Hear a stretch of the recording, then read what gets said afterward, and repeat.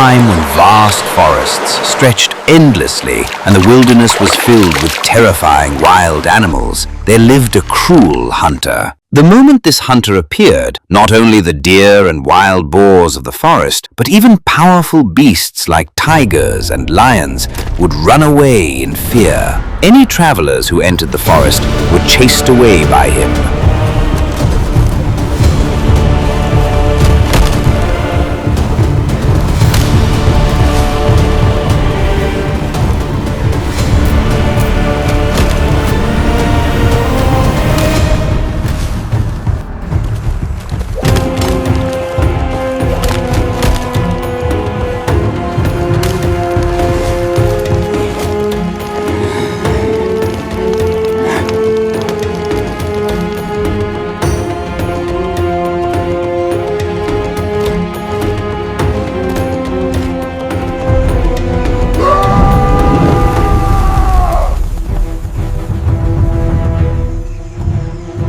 Hunting, eating meat, drinking liquor fermented from animal flesh, that was his life. His wife also lived in the same way. The two of them lived recklessly, without any rules and without any limits. One day, his wife smiled and said, "Don't forget, tomorrow is our anniversary, honey. Bring fresh meat, we'll make a feast."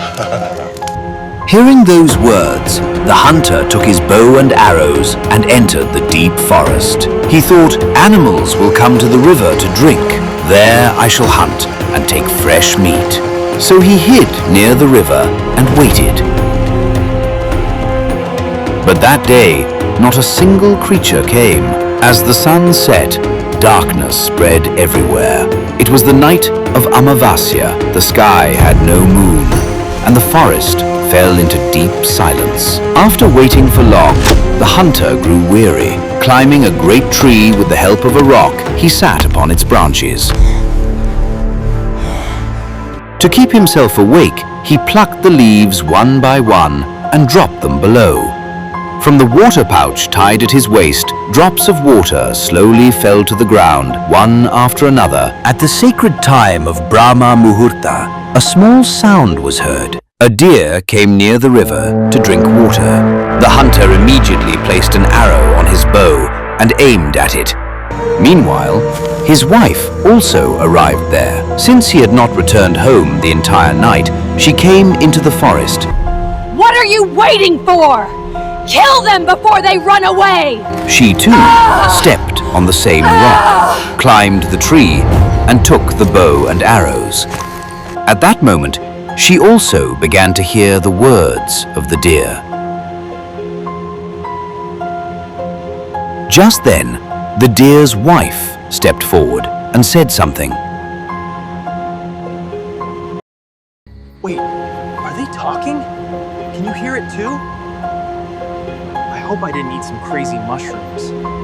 That very moment, two small forms came running and pleaded with him. The hunter was suddenly shocked because, for the first time in his life, he could hear the words of the animals. Seeing the deer family standing together, the hunter suddenly remembered his own family. For the first time, his heart melted with compassion. Slowly, he lowered his bow and let the deer family go.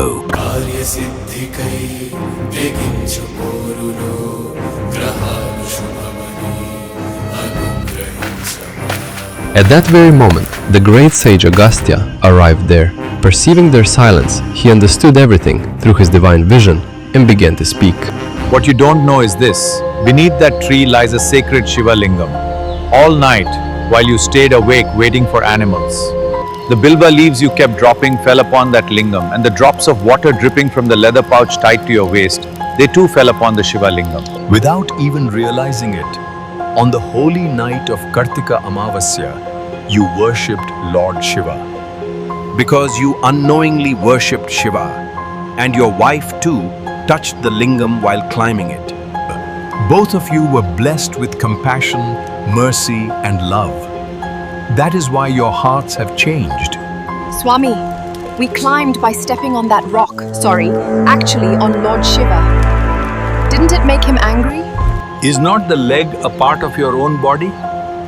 If not for Lord Shiva, who else could have given you this limb? Shiva is the embodiment of boundless, selfless compassion. Lord Shiva holds no sense of discrimination. Whatever the being, if it commits a mistake out of ignorance, he forgives. For example, if a tiny spider crawls upon the Shiva Linga, he does not burn it to ashes just because its legs touched him, does he? But if someone knowingly harbors jealousy, hatred, and wishes harm upon others, then Shiva does not remain silent. Swami, I don't know why, but for some reason my heart wants to worship Lord Shiva. Thus, the great sage Agastya explained the divine nature of Shiva to them. Sage Agastya taught them the sacred Panchakshari mantra. From that day, the hunter lived quietly and prayed to Lord Shiva with true devotion. One day, a divine voice came from the Shivalinga. You prayed to me with a pure heart, without any desires. From today, your name will be Guha. The hunter felt very happy and asked to see the Lord in human form. Shiva blessed him and said, when my form as Rama comes to you, serve him. After that, you will get moksha, as told by Vyasa in the Shiva Mahapuran. Lord Ramachandra, I waited for so long just to see you, and today you have finally blessed me. Guha waited for many years. When he finally met Lord Rama and served him with devotion, he attained liberation